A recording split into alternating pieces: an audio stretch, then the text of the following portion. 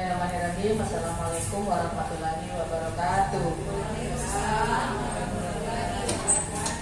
Selamat pagi, salam sejahtera untuk kita semua. Terima kasih ibu-ibu, bu guru yang sudah hadir pada hari ini dalam rangka kegiatan diseminasi dari Ibu Hasmiati SPD CGP Angkatan ke-10. Judulnya adalah diseminasi menyebarkan pemahaman dan pengalaman penerapan budaya positif. Saya kira budaya positif ini sudah kita lakukan untuk kegiatan kita dalam kurikulum Merdeka. Jadi budaya positif ini sudah kita laksanakan dari tahun lalu dan semua kelas sudah menerapkan itu.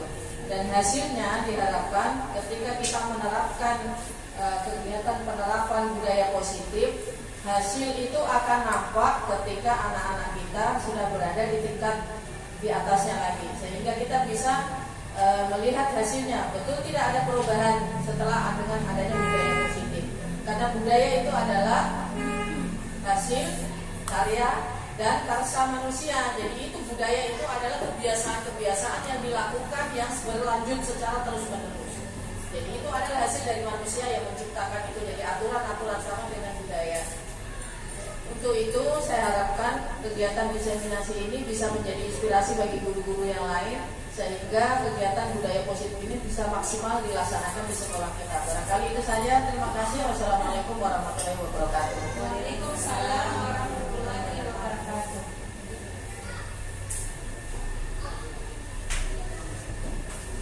Ya, baik.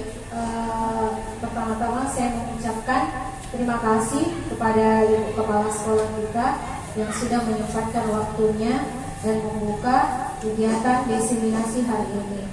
Baiklah, sebelumnya saya mengucapkan Assalamualaikum warahmatullahi wabarakatuh dan selamat siang. Ya, baiklah. Pertama-tama saya ingin memberikan sambutan dulu kepada Ibu Guru serta kepala sekolah yang telah menyempatkan waktunya, kesempatannya pada hari ini dalam rangka saya menyebarkan diseminasi pemahaman dan pengalaman penerapan budaya positif yang telah saya lakukan di beberapa modul di kegiatan calon guru penggerak saya. Kemudian selanjutnya adalah tak lupa saya kirimkan salam dan taslim kepada junjungan Nabi besar Muhammad Sallallahu Alaihi Wasallam yang telah membawa kita alam yang gelap gulita ke terang benderang. Untuk lebih mempersingkat waktu, baiklah saya akan masuk di rangkaian mengenai diseminasi menyebarkan pemahaman dan pengalaman penerapan positif. Seperti yang tadi sudah disampaikan oleh kepala sekolah bahwa di sekolah kita ini sudah melaksanakan beberapa kegiatan atau penerapan budaya positif. Selanjutnya, marilah kita masuk kepada selamat datang Bapak Ibu guru hebat. Kemudian mari kita belajar bersama, berkolaborasi, saling mendukung dalam mewujudkan disiplin positif di sekolah kita tercinta ini. Artinya di sini bahwa kita menyambut baik apa yang menjadi budaya positif yang ada di sekolah kita. Kemudian dari diseminasi ini adapun konsep ulasan modul budaya positif diantaranya adalah perubahan paradigma belajar, kemudian disiplin positif, kebutuhan dasar manusia, motivasi perilaku manusia, posisi kontrol restitusi, keyakinan kelas, dan segitiga restitusi. Inilah beberapa ulasan yang akan sebentar saya akan bahas di kesempatan ini tentang budaya positif yang telah saya pelajari di kegiatan CGP saya. Mudah-mudahan kegiatan ini bisa kita terapkan secara terus-menerus di sekolah kita. Selanjutnya, perubahan paradigma belajar. Pembelajaran dirancang berdasarkan prinsip pembelajaran yang berpihak kepada murid dan berdiferensiasi, sehingga setiap murid akan belajar sesuai dengan kebutuhan dari tahap perkembangannya untuk menjadi manusia yang bisa meraih keselamatan dan kebahagiaan yang setinggi-tingginya di masa depan nanti. Jadi pembelajaran ini dari modul yang telah saya pelajari kami di sini diajarkan bagaimana pembelajaran itu dirancang sesuai dengan kebutuhan murid. Artinya bahwa kebutuhan murid di sini yang paling kita utamakan ketika kita berada di dalam proses pembelajaran kita. Kemudian yang utama selain memenuhi kebutuhan murid, tentunya yaitu tentang meraih keselamatan dan kebahagiaan yang setinggi-tingginya.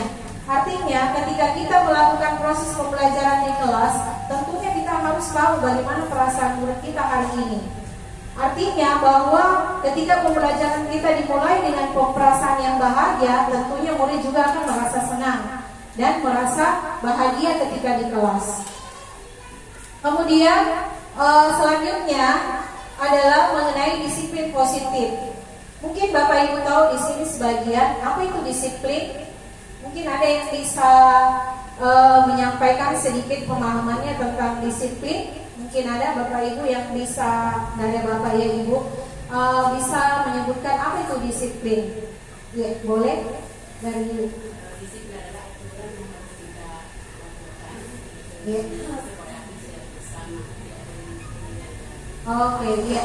Terima kasih. Jadi tadi teman kita sudah menyampaikan bahwa disiplin itu adalah sesuatu aturan yang telah kita sepakati secara bersama.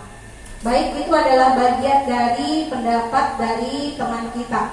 Nah, di sini bisa dijelaskan bahwa disiplin positif dalam budaya kita. Dalam budaya kita, disiplin itu adalah sesuatu yang dilakukan seseorang pada orang lain untuk mendapatkan kepatuhan. Kita cenderung menghubungkan kata disiplin dengan ketidaknyamanan. Artinya, ketika kita di dalam kelas, itu kita membuat kata disiplin itu adalah sesuatu yang mungkin buat siswa kita itu ada sebagian yang merasa tidak nyaman dengan disiplin yang kita lakukan. Ya, jadi inilah yang menjadi budaya di negara kita, ya, bahwa disiplin positif itu cenderung menghubungkan dengan ketidaknyamanan.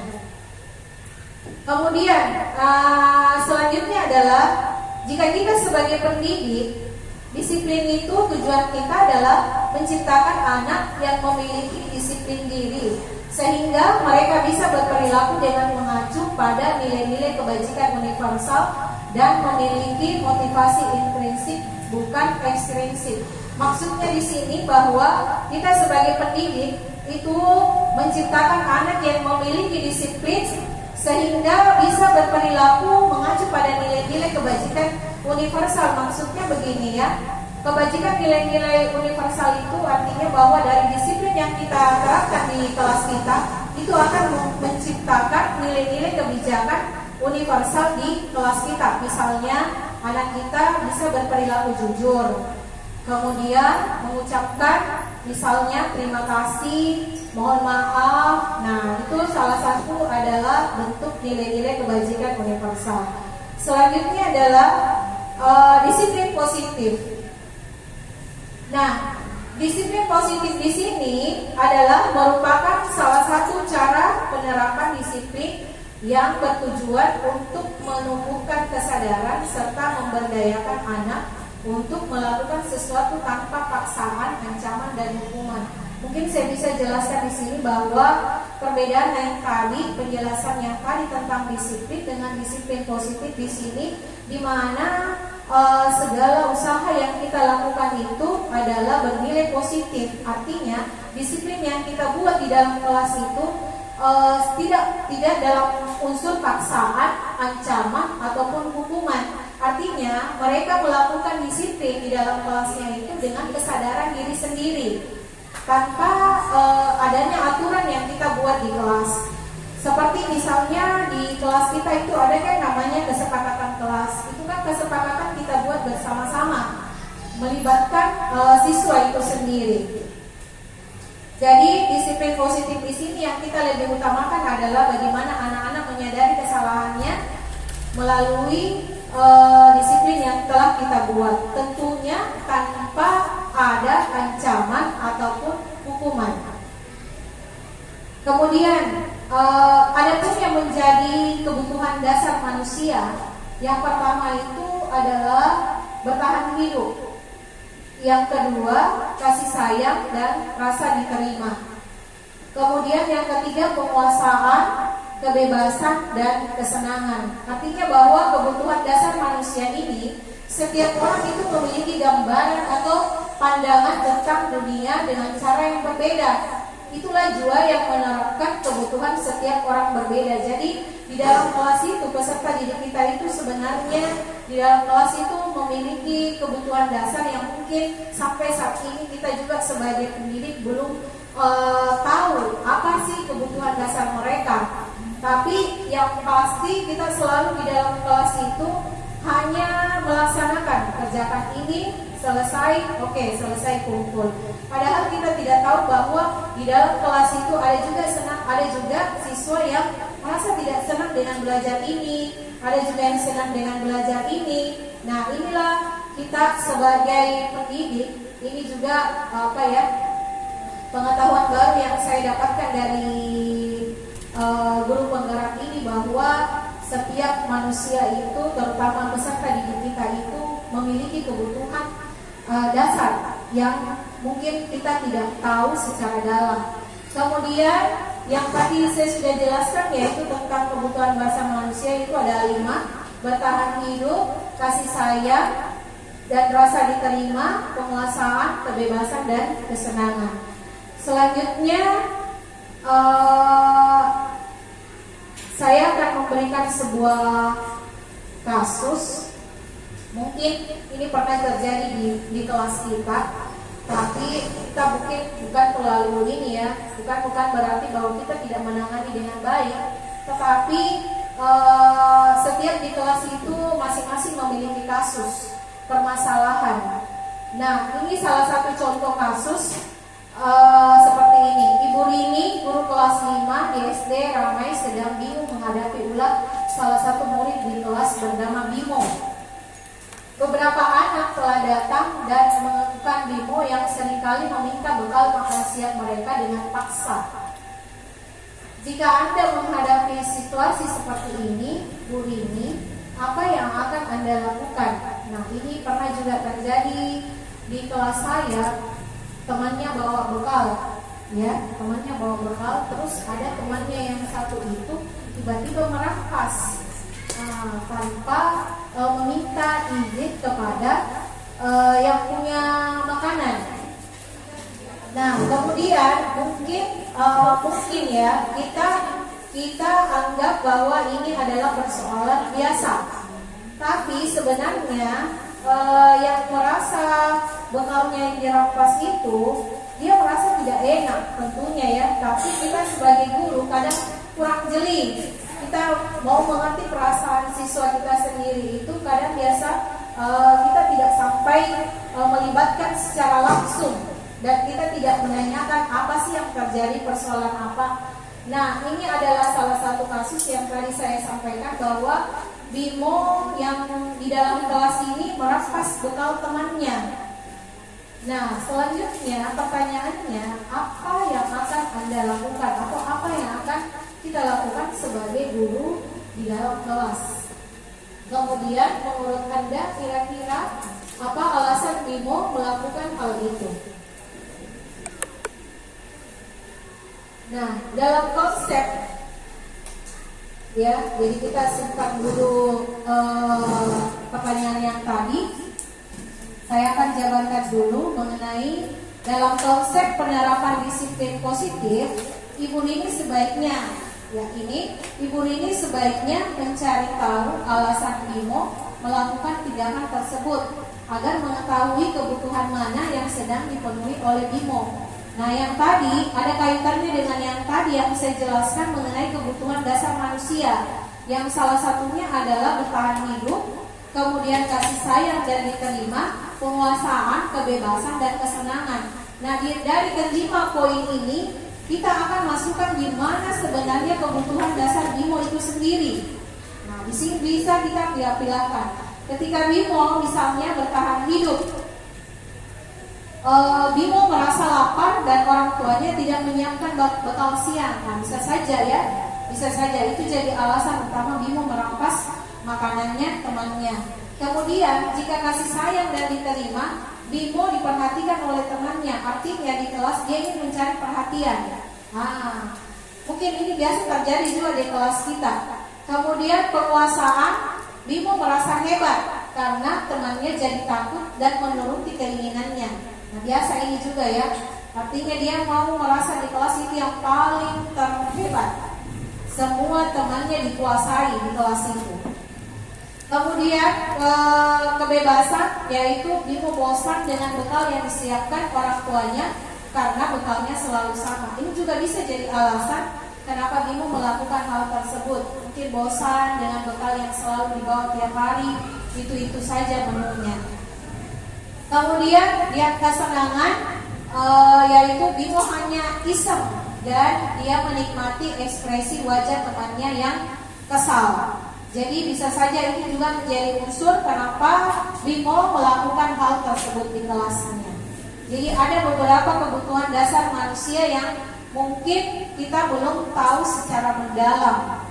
Jadi dari kegiatan yang saya lakukan di CGP juga, saya baru tahu bahwa kebutuhan dasar manusia itu ada 5. Ya, bertahan hidup, kasih sayang, penguasaan, kebebasan, dan kesenangan. Kemudian motivasi perilaku manusia. Nah, ini ada dorongan yang timbul pada diri seseorang secara sadar atau tidak sadar untuk melakukan suatu tindakan dengan tujuan tertentu. Jadi misalnya tadi Bimo misalnya melakukan masalah di kelas, mungkin dia ingin misalnya yaitu menghindari ketidaknyamanan dan hukuman. Artinya murid melakukan disiplin diri karena takut dihukum. Ini adalah tindakan terendah dari motivasi perilaku manusia, ya, karena ini yang tadi saya katakan bahwa ketika disiplin positif itu kita terapkan di kelas, yang paling utama adalah buat mereka menyadari kesadarannya sendiri. Artinya mereka melakukan itu atas dasar atau atas kesadaran mereka sendiri. Kemudian untuk mendapatkan, yang kedua adalah untuk mendapatkan imbalan atau penghargaan dari orang lain, yaitu murid melakukan disiplin diri karena dia menginginkan imbalan. Motivasi ini satu tingkat di atas motivasi yang pertama. Artinya ketika dia melakukan suatu kesalahan, dia ingin mendapatkan imbalan dari apa yang dia berikan. Kemudian yang ketiga, untuk menjadi orang yang mereka inginkan dan menghargai diri sendiri dengan nilai-nilai yang mereka percaya. Maksudnya di sini adalah murid melakukan disiplin diri karena sadar akan nilai kebajikan. Ini adalah motivasi yang akan membuat seseorang memiliki disiplin positif. Nah, ini yang tadi saya katakan bahwa ketika murid kita sudah melakukan disiplin positif dengan kesadaran yang timbul dari dalam dirinya, itu secara tidak langsung akan menciptakan sebuah nilai kebajikan di dalam dirinya. Kemudian selanjutnya adalah mengenai konsep disiplin pendekatan restitusi. Bagaimana cara menanamkan disiplin positif pada murid? Nah, ini yang akan kita jelaskan tentang apa sih itu restitusi. Jadi restitusi adalah proses menciptakan kondisi bagi murid untuk memperbaiki kesalahan mereka, sehingga mereka bisa kembali kepada kelompok mereka dengan karakter yang lebih kuat. Nah, ini juga yang saya baru dapatkan dari calon guru penggerak, bahwa ketika kita menghadapi sebuah persoalan, kita lebih mengutamakan kepada pendidikan pendekatan restitusi itu sendiri. Dan dalam restitusi ini akan menciptakan kondisi bagi murid bagaimana mereka bisa memperbaiki kesalahan mereka sendiri. Artinya secara tidak langsung mereka menyadari dan mengakui bahwa mereka buat kesalahan. Kemudian dari restitusi itu sendiri akan terjabarkan seperti apa ciri-ciri restitusi. Yang pertama, bukan menebus kesalahan, namun belajar dari kesalahan. Artinya bahwa di sini ketika kita menyelesaikan suatu persoalan dan persoalan itu kita selesaikan bersama siswa kita sendiri, itu artinya mereka belajar bahwa dan kesalahan yang mereka perbuat itu mereka akan belajar bahwa kesalahan ini adalah salah dan saya ingin memperbaikinya. Kemudian yang kedua adalah memperbaiki hubungan. Yang ketiga, tawaran bukan paksaan. Kemudian yang keempat adalah menuntun untuk melihat ke dalam diri.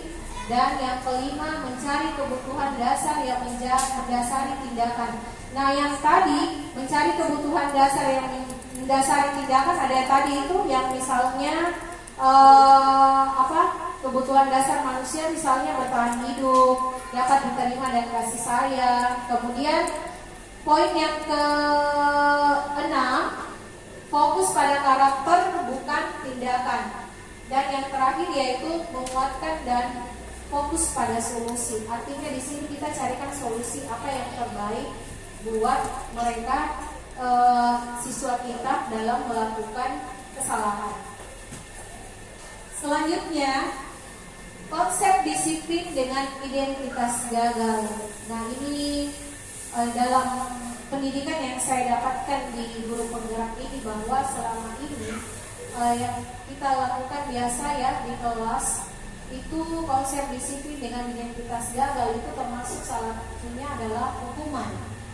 Jadi selama ini mungkin kita di kelas ketika kita melanggar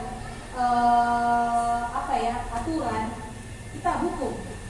Nah, kenapa kita menganggap bahwa kita memberikan hukuman kepada supaya mereka jerah, padahal itu adalah kesalahan yang fatal.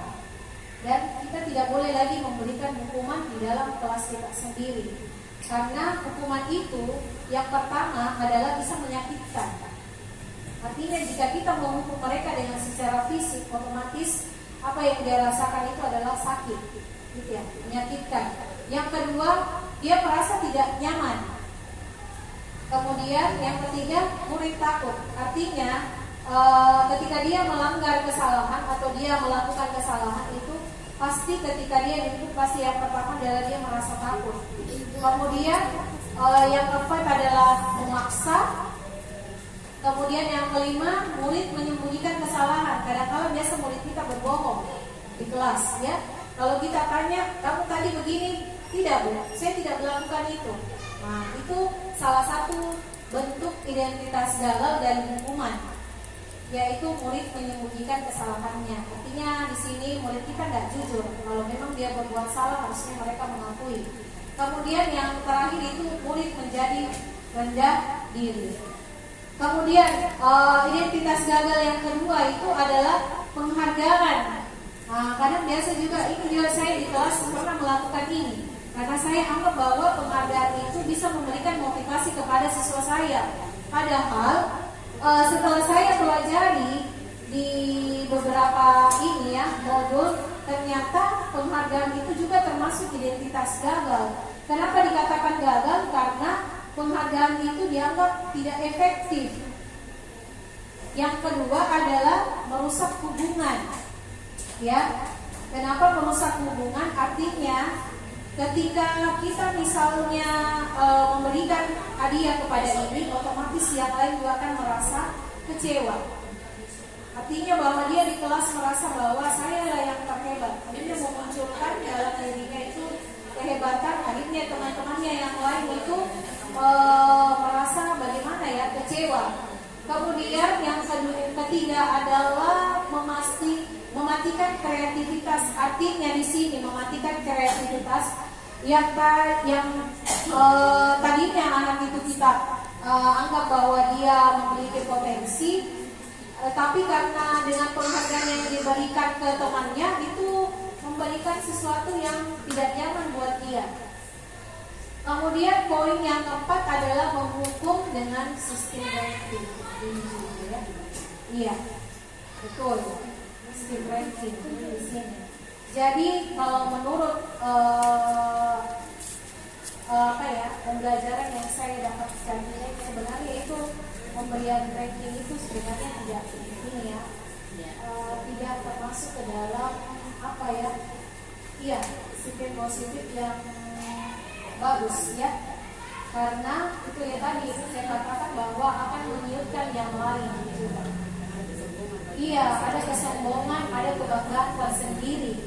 Akhirnya yang lain tidak termotivasi lagi karena dia menganggap bahwa ada yang sudah terhebat di kelas ini. Ya, mungkin begitu ya. Anggapan kita sama, saya juga sama. Begitu. Kemudian yang terakhir yaitu merampas hak menghargai dirinya. Artinya di sini anak tidak memiliki kebebasan lagi, mereka mengekspresikan yang kelasnya. Jadi ini adalah salah satu identitas gagal yang mungkin sama-sama kita baru ketahui, dan saya pun juga baru ketahui. Kemudian selanjutnya adalah konsep disiplin dengan identitas sukses. Inilah yang dikatakan tadi bahwa ada identitas gagal dan ini adalah identitas sukses. Berdasarkan penelitian ya, jadi ini dijadikan sebagai sampel, itu sudah mengalami penelitian. Yang pertama adalah konsekuensi. Kenapa?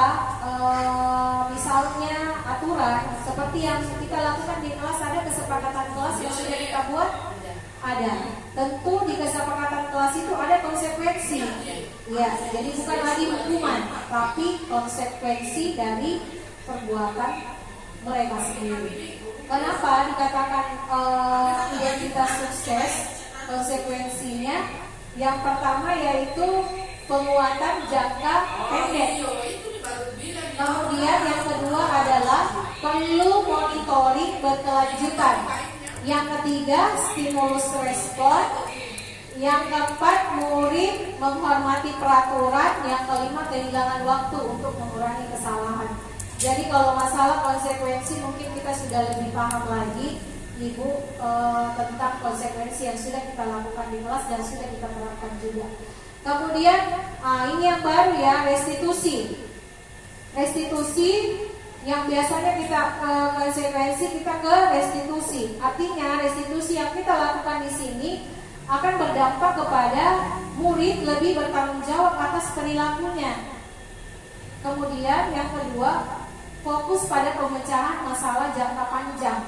Kemudian yang ketiga, murid menghormati dirinya dan orang lain. Yang keempat, teori kontrol, dirinya memegang kendali. Dan yang terakhir adalah murid bersemangat memperbaiki kesalahan. Kemudian perbedaan, misalnya ini ada contoh kasus murid sering membuang sampah sembarangan. Jika kita masukkan ke dalam poin hukuman, konsekuensi dan restitusi, ini mungkin bentuknya seperti ini. Misalnya hukuman, guru menghukum murid dengan membersihkan WC di sekolah. Misalnya ya, ketika dia buang sampah sembarangan, kita menghukum dia dengan membersihkan WC sekolah. Kemudian yang kedua, guru marah dan murid menjadi takut. Kenapa dia takut? Karena begitu hukuman. Kalau bukan diprisik, ya pasti dimarah-marahi. Seperti biasa ya, seperti yang kita lakukan juga. Kemudian konsekuensi, guru memberikan konsekuensi dengan meminta murid membuang sampah di tempatnya. Jadi bukan dengan membersihkan WC. Artinya secara logisnya bahwa ketika murid itu membuang sampah di sembarangan, maka konsekuensi yang kita berikan itu adalah harus mereka meminta membuang sampah itu di tempatnya. Artinya di sini guru tegas dan murid mematuhi aturan. Sedangkan bagaimana dengan restitusi? Nah, kalau dengan restitusi, guru menanyakan keyakinan kelas atau dirinya dan membantu siswa menyelesaikan masalahnya. Artinya di sini ketika kita melakukan yang namanya restitusi, guru lebih terbuka. Artinya begini ya, kalau biasa kita di kelas itu siswa melakukan kesalahan, kadang-kala kita biasa langsung marahi dia. Oke, selesai persoalan, silakan istirahat. Tapi kalau dengan restitusi, artinya kita memanggil murid itu sendiri. Kita menanyakan apa tadi yang telah dia lakukan. Misalnya dia membuang sampah sembarangan, kita tanyakan dulu. Artinya kita terbuka dengan siswa itu, siswa yang berbuat salah. Kita terbuka dan menanyakan, kenapa kamu membuang sampah sembarangan. Artinya antara guru dengan siswa itu saling terbuka. Mereka dia tidak takut-takut lagi. Kemudian 5 posisi kontrol restitusi. Nah, ini juga yang baru saya dapatkan, bahwa ada 5 posisi kontrol restitusi. Yang pertama adalah penghukum, yang kedua adalah pembuat merasa bersalah, yang ketiga teman, yang keempat adalah pemantau, dan yang kelima adalah manajer. Nah, ini adalah 5 posisi kontrol di dalam restitusi. Jadi kita juga di kelas ini mungkin ada yang sebagian kita sudah melakukan hal 5 posisi kontrol ini di kelas Pak. Biasa kita menjadi penghukum, kadang-kala biasa ya kita menjadi penghukum di kelas kita. Kalau kita sudah memberitahu 2-3 kali terus dia masih melanggar, oh tunggu, pasti dikasih hukuman. Ya. Kemudian yang kedua, pembuat merasa bersalah. Artinya biasa kita sampaikan, Dena, kenapa begitu? Tidak kasihan sama ibu guru. Nanti ibu guru sebentar lagi dimarahi lagi sama kepala sekolah, kamu melanggar lagi ini. Nah, itu tergolong ke dalam pembuat merasa bersalah. Kemudian teman, nah ini juga biasa kalau kita di kelas, kalau terlalu dekat juga dengan siswa, kadang-kala siswa juga itu tidak terlalu menghargai kita. Satu kali biasa kita kasih tahu, biasa bilang sebentar gini, karena kita juga terlalu dekat, ya. Jadi kemudian pemantau, dan yang terakhir adalah manajer. Nah, ini yang sebentar akan kita jelaskan. Contoh penerapan 5 posisi kontrol. Jika dia sebagai penghukum, kata-katanya seperti ini: patuhi aturan sekolah lalu berdiri di depan kelas. Itu contoh kita sebagai penghukum. Nah, jika kita, bagaimana posisi kita jika kita sebagai teman? Kalimatnya seperti ini: ayolah yang tertib, buat guru bangga. Kali ini tidak apa-apa kamu salah. Ini sebagai teman ya. Artinya dengan murid kita itu bicara seperti teman, layaknya seperti teman. Kemudian kalau kita sebagai pemantau, kalimatnya seperti ini: kamu sudah melanggar, apa peraturan yang kamu langgar dan apa konsekuensinya. Dan kalau pembuat merasa bersalah, seperti yang tadi saya ucapkan, ada misalnya contohnya, berapa kali Bu harus menegurmu, Bu guru kecewa sama kamu. Nah, ini adalah salah satu posisi kontrol yang membuat merasa bersalah. Kemudian yang terakhir adalah posisi kontrol manajer. Jika manajer, kalimatnya seperti ini: apakah kamu tahu kesalahanmu? Kira-kira bagaimana kamu memperbaiki kesalahan itu? Nah, dari kelima posisi kontrol ini mungkin pernah kita lakukan. Ya, saya juga di kelas saya kadang biasa saya jadi penghukum. Kenapa saya jadi penghukum? Karena biasa kalau sudah 3 kali saya kasih tahu, dia selalu melanggar. Iya Bu, minta maaf Bu. Iya Bu, minta maaf. Selalu dia ulang-ulang, minta maaf. Tapi setelah itu melanggar lagi. Nah, kadang biasa saya juga ambil tindakan penghukum. Ini ya sebelum saya tahu bahwa ada 5 posisi kontrol yang harus kita ketahui. Kemudian teman, tadi sudah dijelaskan, pemantau, pembuat merasa bersalah, dan manajer. Jadi kesemua posisi kontrol ini sudah pernah kita lakukan di kelas, kecuali ya ada satu yang paling di antara 5 posisi kontrol ini yang mesti yang seharusnya yang kita lakukan adalah kita bertindak sebagai manajer. Kenapa saya katakan manajer? Karena dengan posisi kontrol yang mengejar ini, maka kita akan bisa memvalidasi apa yang menjadi tindakan mereka, kemudian menanyakan apa keyakinan kelasnya, apakah keyakinan kelas apa yang sudah dia langgar. Kemudian posisi kontrol guru, ada di sini pernyataan, kemudian siapa yang mengatakan. Misalnya, pertama, saya kecewa sekali dengan kamu, berarti dia masuk di membuat orang merasa bersalah. Kemudian, kamu tidak pernah benar melakukannya, artinya siapa yang mengatakannya? Berarti dia tergolong ke dalam penghukum. Kemudian yang ketiga, ayolah lakukan demi bapak ibu, berarti tergolong sebagai teman. Kemudian yang keempat, apakah kamu mau mendapatkan stiker bintang hari ini? Nah, ini berarti dia masuk ke posisi kontrol sebagai pemantau.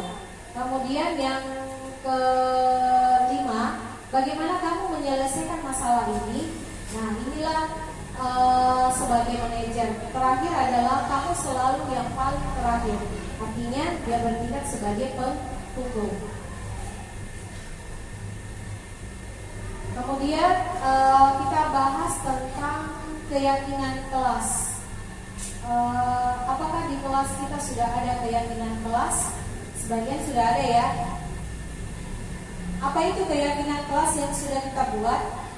Keyakinan kelas di sini adalah nilai-nilai kebajikan atau prinsip universal yang disepakati bersama secara universal. Artinya kita di sini menyepakati bersama siswa kita sendiri. Mereka melemparkan apa yang menjadi pendapat mereka, kemudian mereka lebih terbuka. Selanjutnya, terlepas dari perbedaan agama, suku, negara, dan bahasa, artinya tidak ada perbedaan di kelas kita. Ini menurut dosen tahun 1988. Suatu keyakinan akan lebih memotivasi seseorang dari dalam intrinsik. Seseorang akan lebih bersemangat untuk menjalankan keyakinan daripada hanya sekedar mengikuti peraturan. Jadi ini adalah penjelasan mengenai keyakinan kelas. Selanjutnya, perbedaan antara peraturan dengan keyakinan kelas. Yang pertama adalah selalu kembalikan buku ke tempatnya.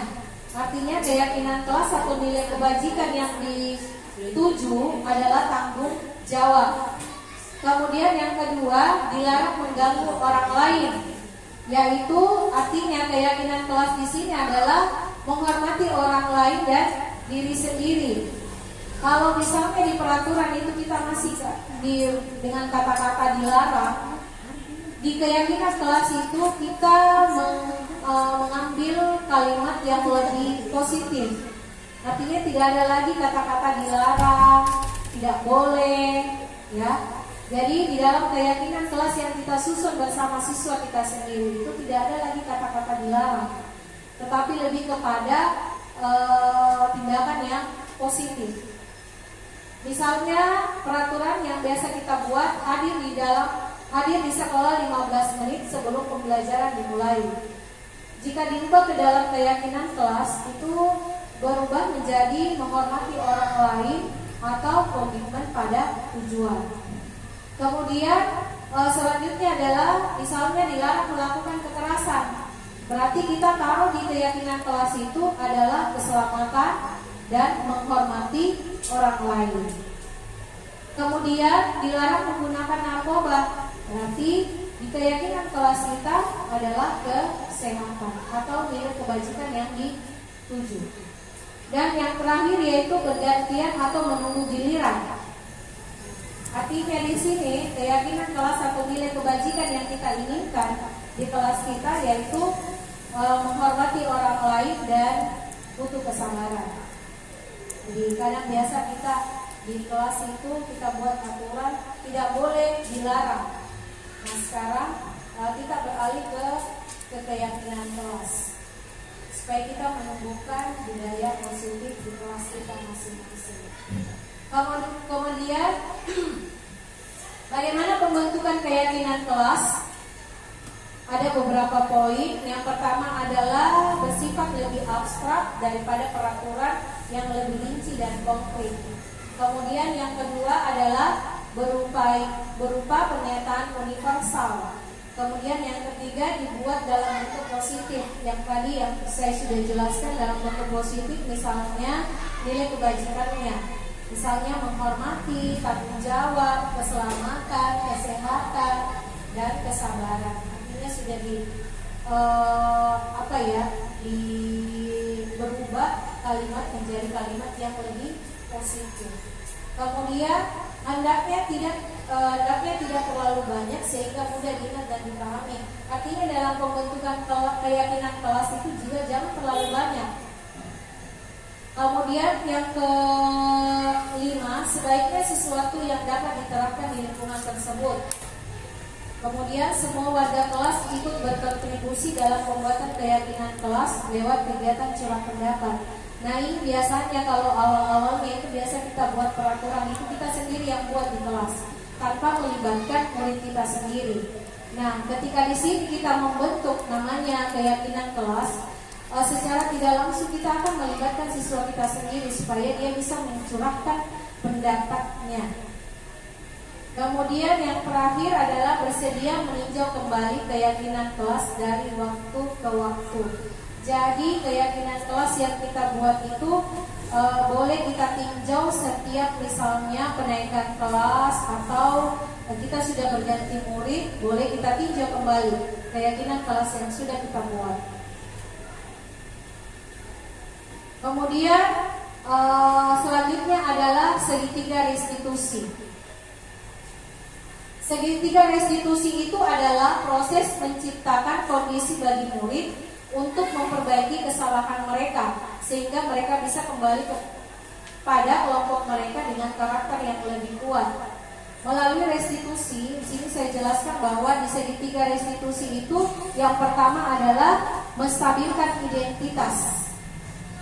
Yang kedua adalah validasi tindakan yang salah. Dan yang ketiga itu adalah menanyakan keyakinan kelas. Jadi misalnya ketika siswa kita melakukan kesalahan atau perbuatan di kelas membuat masalah, nah yang perlu kita lakukan adalah bagaimana kita memasukkan segitiga restitusi ini ke dalam masalah yang dihadapi oleh murid kita sendiri. Yang pertama adalah kita menstabilkan identitasnya.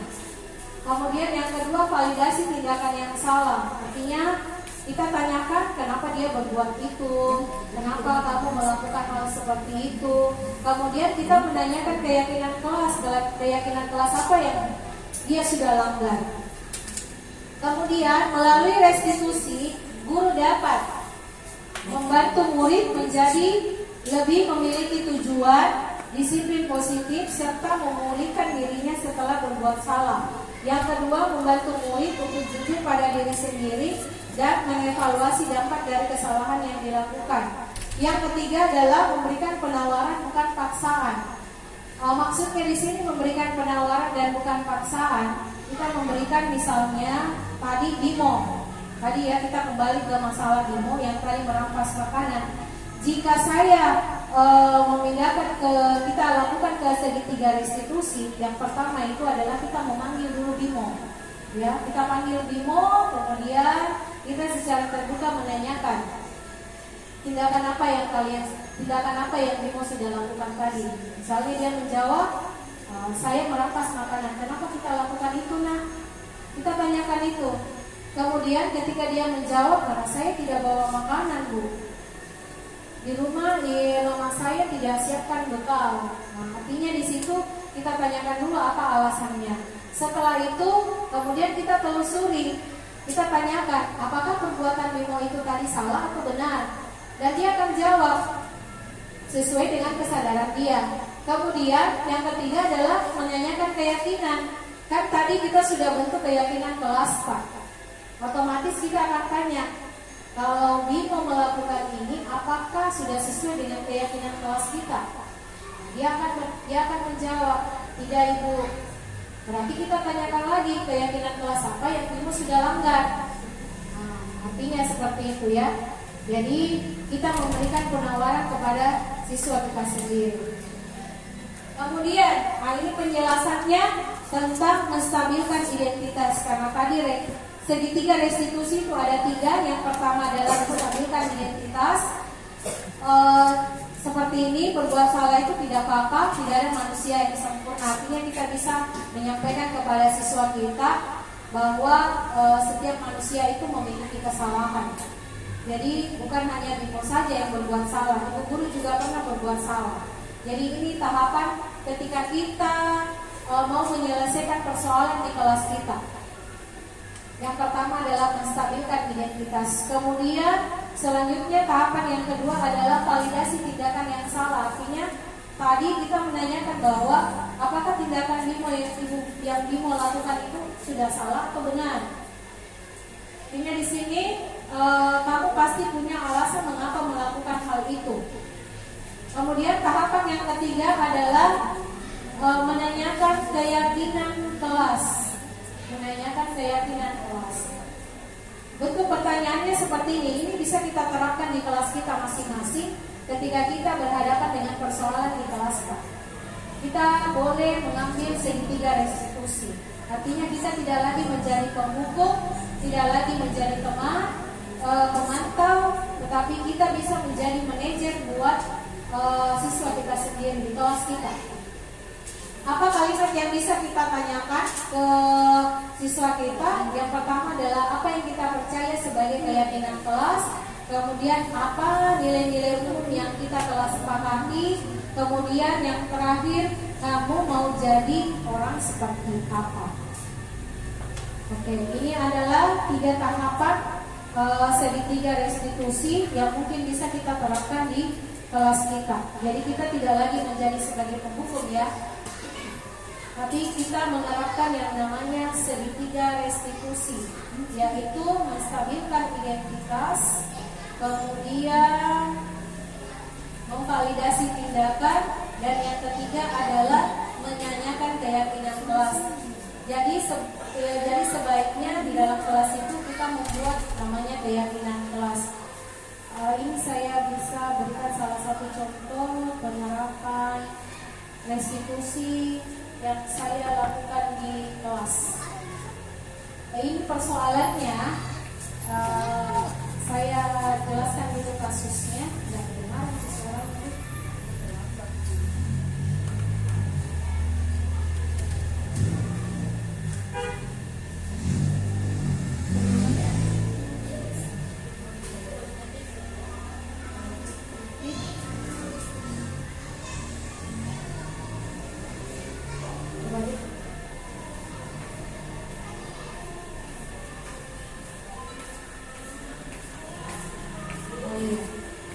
Jadi sebelum saya tampilkan contoh kasus di kelas, saya jelaskan dulu kasusnya apa ini. Kenapa saya panggil mereka berdua? Karena di kelas saya ini mereka berdua itu saling mengejek. Dia mengejek, panggil nama bapaknya. Selalu ejekan begitu, nama-nama bapaknya na ejek. Nah, panggil Pak dia. Pasti di kelasnya juga betul selalu begitu. Bukan dia sebut namanya, tapi namanya bapaknya dia panggil. Misalnya namanya bapaknya Fajar, sementara temannya namanya Imam, dia panggil Fajar. Nah, jadi saya rasa di kelas saya itu sudah banyak laporan dari temannya. Dia melaporkan ke saya, bilang, Bu, masa buku bukan namaku nak panggil, tapi namanya bapakku, Bu. Baru caranya juga memanggil Fajar.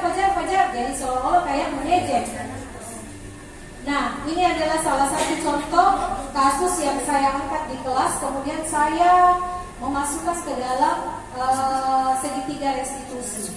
Jadi ketika siswa kita melakukan kesalahan, mungkin sebaiknya kita panggil dulu. Ini contoh videonya.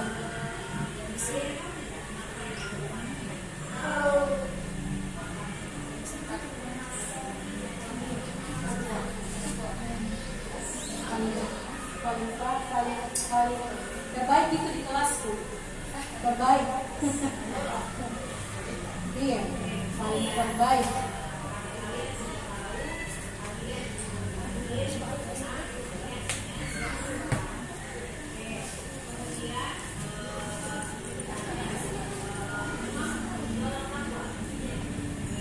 Ini dorong.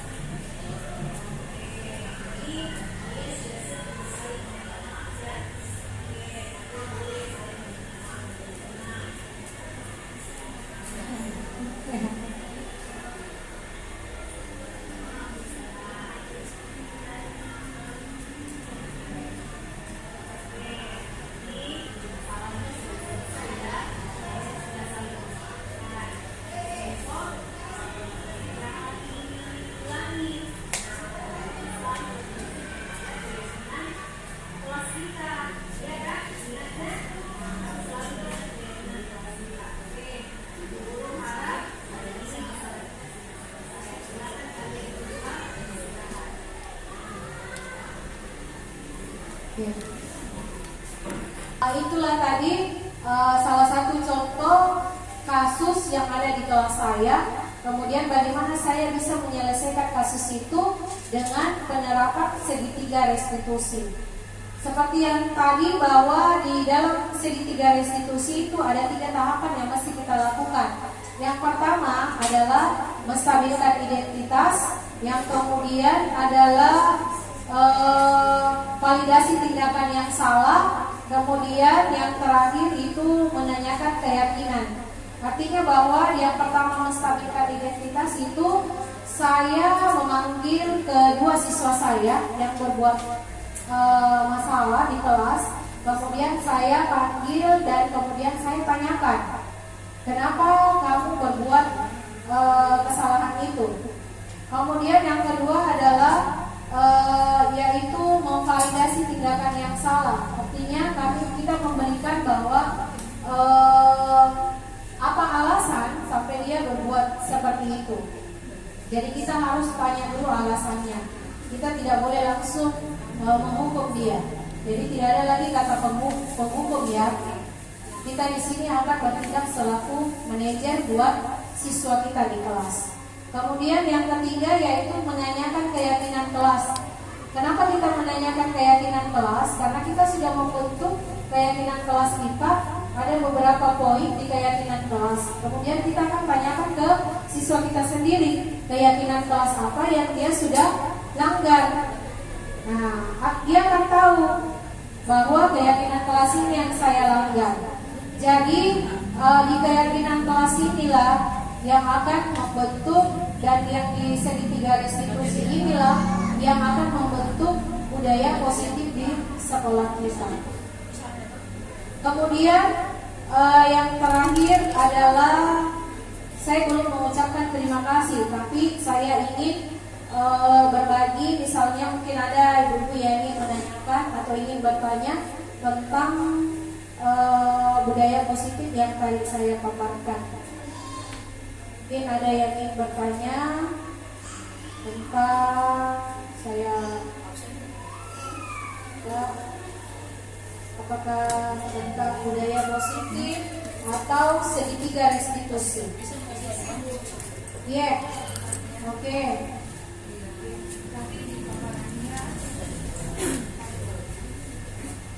Assalamualaikum warahmatullahi wabarakatuh. Waalaikumsalam warahmatullahi wabarakatuh. Ya, tadi di paparannya mengenai restitusi. Yang menarik buat sebenarnya paparannya menarik sekali. Yang menarik buat saya di situ ada yang saya kurang paham, memperkuat nilai-nilai yang diperkuat. Bisa dibahasakan pun nilai-nilai yang diperkuat, nilai-nilai apa itu sebenarnya, yang universalnya seperti apa. Terima kasih.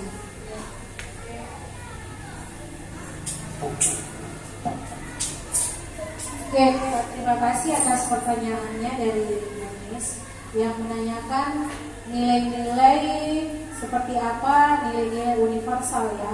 Jadi saya jelaskan bahwa nilai-nilai universal itu adalah seperti misalnya siswa kita berbuat jujur di kelas, ya, berbuat jujur di kelas, kemudian dia bisa bertanggung jawab, ya, kemudian dia bisa mandiri. Kemudian misalnya dia ini ya mengacu pada nilai-nilai kebajikan universal.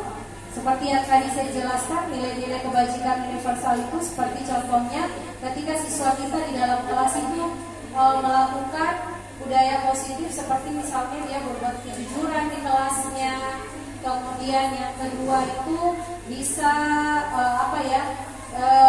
mandiri, bertanggung jawab. Mungkin itu contoh kecil dari nilai-nilai universal yang bisa kita lakukan di kelas kita. Mungkin ada bagaimana dengan Ibu? Iya, boleh. Bertanggung jawab boleh, mandiri juga boleh. Iya. Iya, karena itulah yang kita inginkan, profil pelajar Pancasila. Tak terlepas dari itu. Iya. Ada yang setuju betul. Oke, baiklah, mungkin ada pertanyaan yang berikutnya. Sudah tidak ada, oke.